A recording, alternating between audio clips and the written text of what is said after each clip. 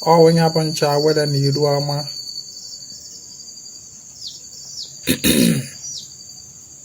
Ncha Awele na iru ọma, made by Ezinwa Anaedo. Nke anụ a bụ nke anyị kwadoro mmadụ. Anyị kwadosiri ya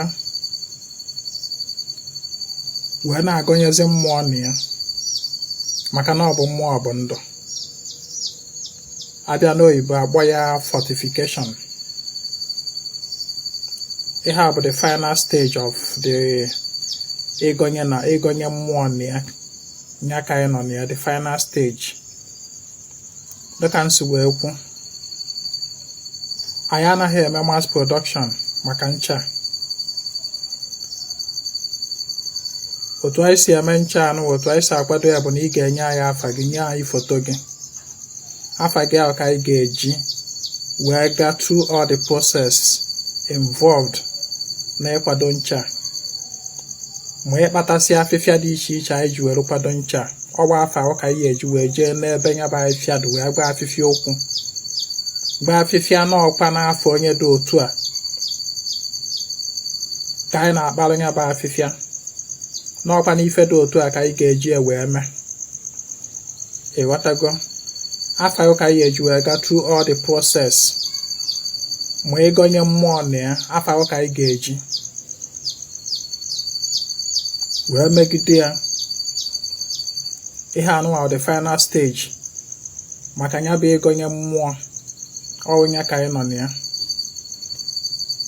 Ekwu m na onye anyị kwadoro nke a, ọfọma niile anyị gọrọ n'isi gị, otu anyị gọrọ ya ka ọ dị, dịka ya na-awụ ncha, ị ga na-enweta favor.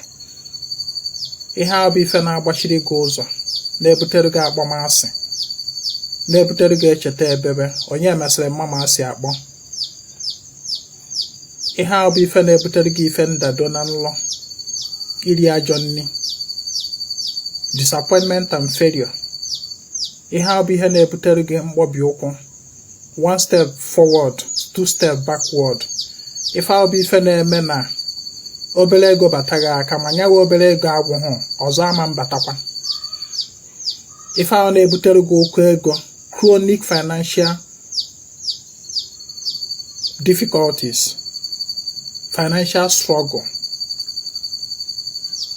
Ekwu na dịka ị na-asa ncha na ọ ga-abụ ife akụkọ, ọ ga-abụ ife gara aga, na ị ga na-achawapụta ife. Your light will be blossoming, will be shining dịka ị na-awụ ncha. Nke ị na-eme ga-amasị nwoke, masị nwaanyị, nwoke ga-afụ gị n'anya, nwaanyị ga-afụ gị n'anya, ifeọma ga-akpọ gị iru.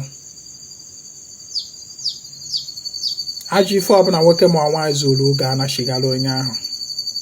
Dịka ị na-awụ ncha, ị ga na-enweta contract upon contract, ị ga na-amụtara gị nnukwu ego kwuru ego. Afọ ị gbasara na shop ka ị na-agbasa ka ị na-elepụ ya, ndị customers ga na-abịa. Ọ bụ ife nkwuru, ọnụ mmụọ ya agbaghị, ọnụ mmadụ anyị agbaghị ya. A sị ya gazielu gị ka ọ gazie n'ọfọ ka anyị si wee gọ. N'ọma ochie na ọsọ bụ Ezinwa Anaedo na-ekwu, ọmaka merụ nwoke merụ nwaanyị. Ise.